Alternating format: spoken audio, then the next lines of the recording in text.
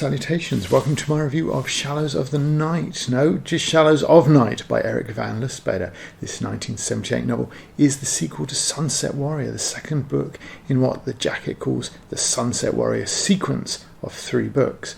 I guess the kids would call that a trilogy, but offsetting accusations of being pretentious, there are now more than 3 books in the trilogy anyway.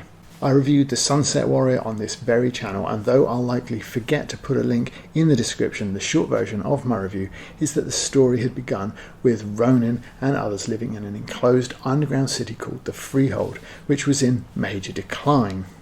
The local bigwigs were battling for overall control. This half of the book was excellent. The second half of the book, which saw Ronin exploring underneath the city, was rather more of a cliched fantasy environment, and that part of the book was not quite as good. Sunset Warrior finished with Ronin following the mage Boris out onto the surface of the planet and experiencing outside for the first time. The second book starts with Ronin and Boris fleeing the Freehold on the icy surface of the planet. They discover an iceboat and set sail across a glacier.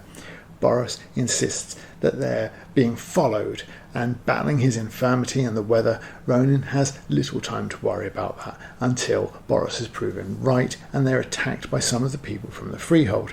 Ronin kills them without great exertion, and they sail on until they're attacked by a monster that kills Boris, and Ronin falls into the sea, supposedly drowning. He is, of course, rescued by a local warlord who takes him to the city he was heading for anyway. This being the belt of the humans crammed into the equator and constantly at war.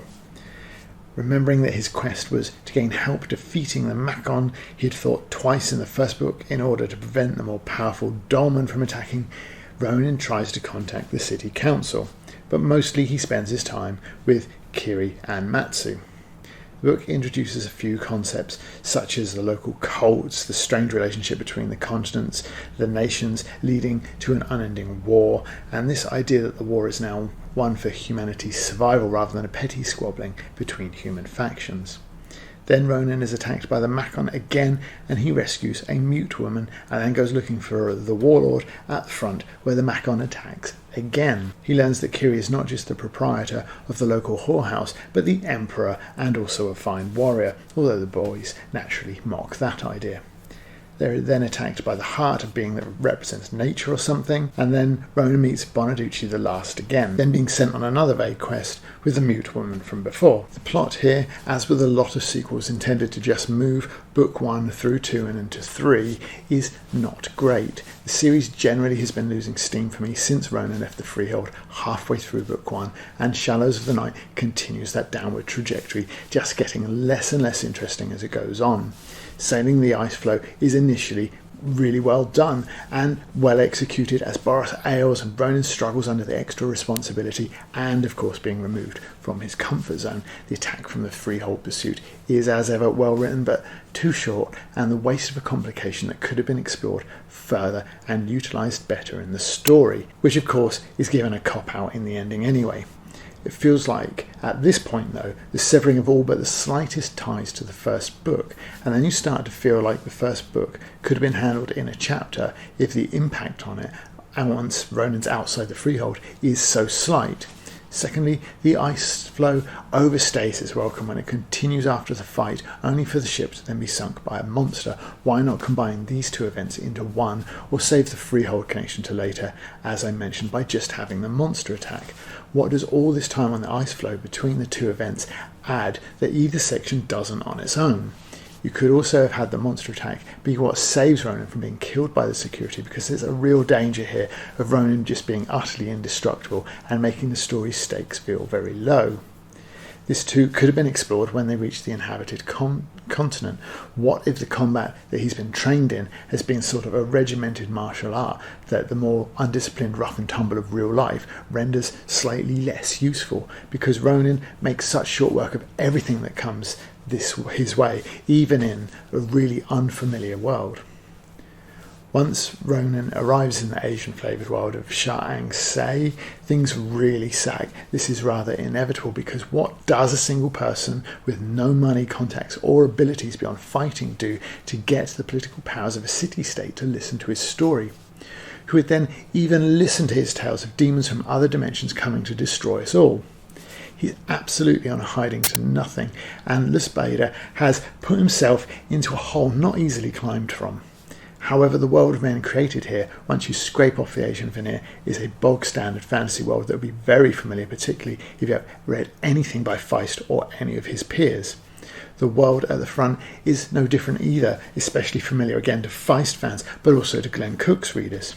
The appearances of the Macon, while as good an excuse as any for a quick fight, well, they are just that, because for the most part it's obvious that neither Ronin nor the monster are going to die in book 2 of a trilogy, so Van Lustbader has to keep making the Macon attack and then leave, even though it's indestructible itself, and may as well stay and just kill everyone. This is, by the end of the book, something that across the 2 so far has happened no less than 4 times. By the return of Bonaducci and the vague next quest that he sends Ronin on, I was actually regretting buying book 3 already.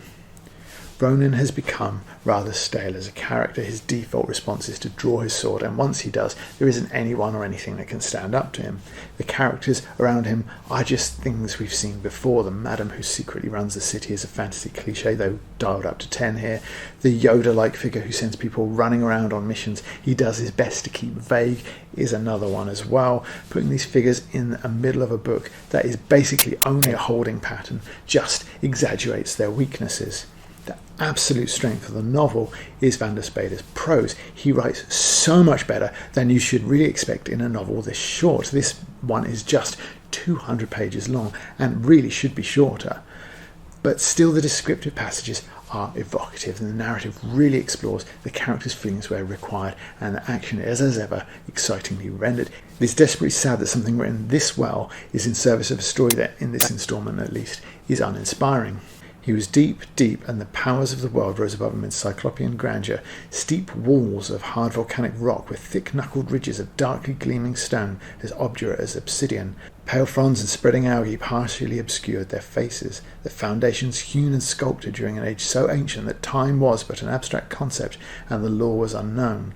An age of great upheaval and movement when the world was forming and crying out like an infant. I have a feeling that I'd like Lustbader's poetry if such a thing exists, but this description here of Ronin's first experience of the outside world, of the natural world, echoes his own journey from the metaphorical child, where truth is hidden or forbidden, or a place of its own in dark secrets, threats and mysteries. His arrival in it and his effect on it, and it on him, will be transformational, except of course it doesn't quite work out that way, because Ronin's character experiences nothing approaching change, and to give Van Lustbader credit, Boris does warn him against that.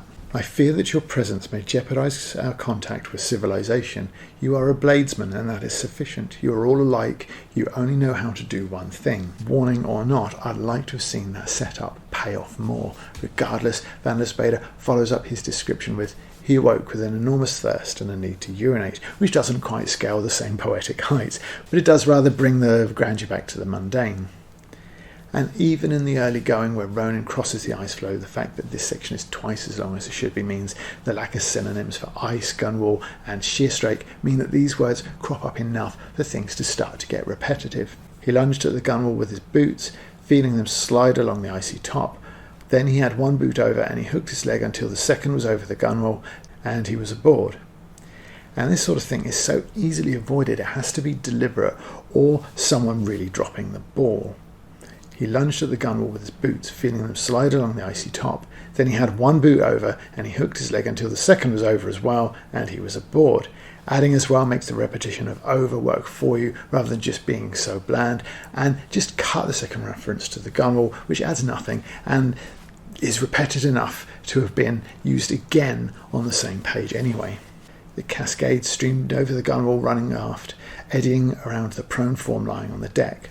He awoke briefly, snorting water from his nostrils, lifting himself weakly, grasping the gunwale, peering over the side. Water. Because I think that Van Lustbader wants to keep this reveal that the ship has, in the night, slid off the ice floe into the water, change the first one perhaps. The cascade streamed aft, eddying round the prone form lying on the deck.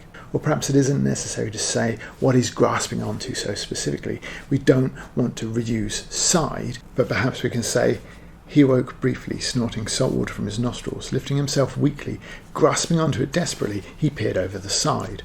Water. We do lose the present tense verb this way, but it's a small price to pay given how many times we've used gunwale.